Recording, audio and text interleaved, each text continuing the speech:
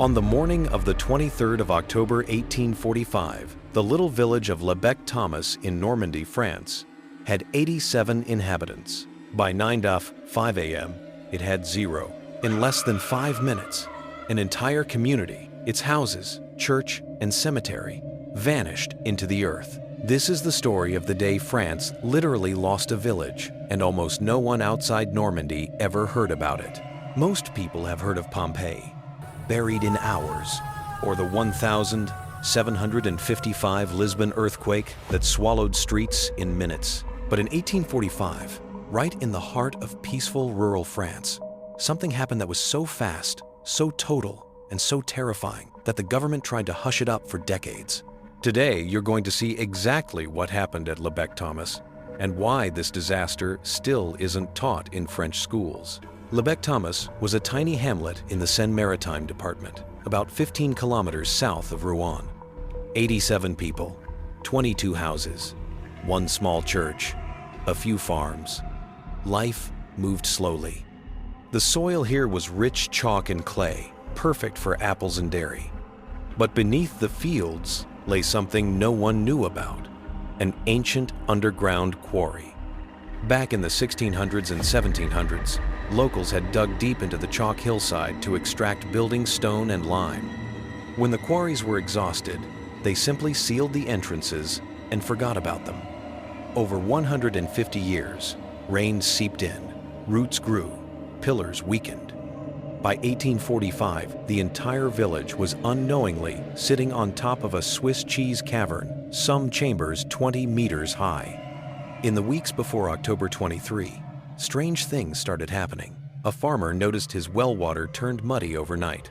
Cracks appeared in the church floor. Cows refused to graze in certain fields, as if the ground felt wrong beneath their hooves. One night, a loud cracking sound echoed across the valley, like a tree splitting, but no tree had fallen. The priest wrote to the mayor of the nearby town. The mayor wrote to the sub-prefect. Everyone assumed it was just normal ground settling after a wet summer. No one ordered an evacuation.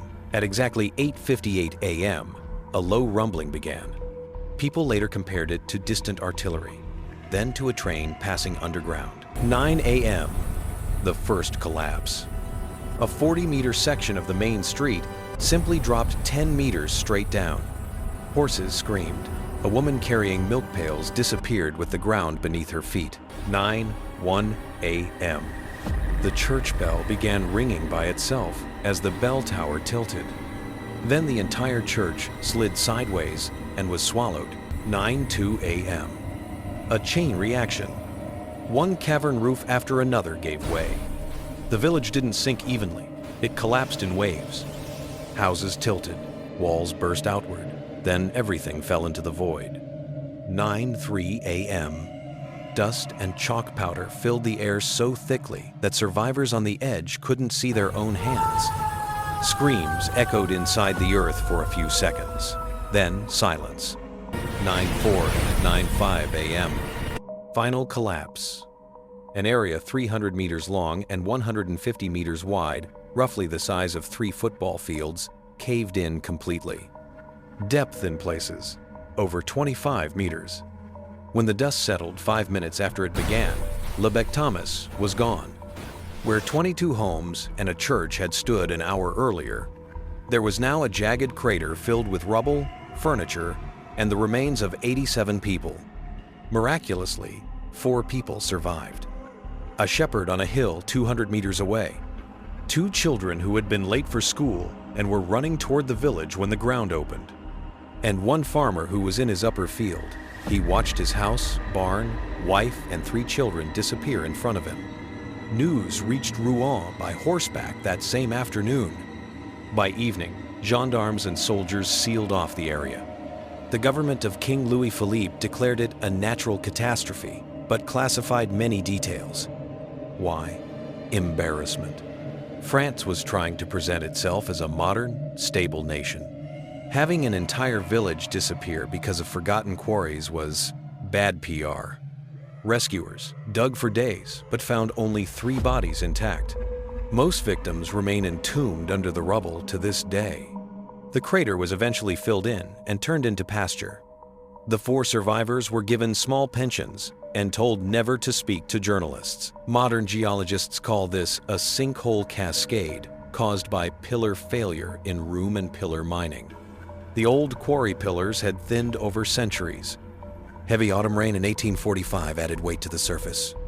Once one pillar snapped, the load transferred to the next and the next, creating a runaway collapse that propagated at roughly 60 meters per minute.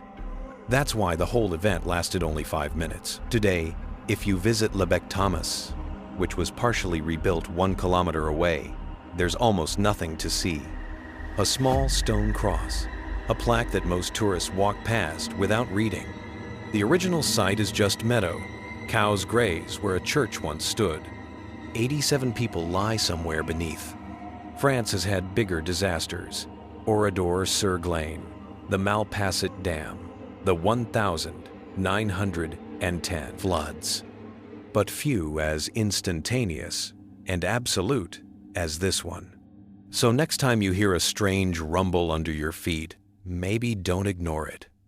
If this story shocked you, give it a thumbs up and share it, because almost nobody knows about Bec-Thomas. Drop a comment.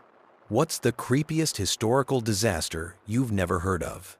Subscribe and hit the bell, because next week, we're covering something even darker. Thanks for watching, and I'll see you in the next one.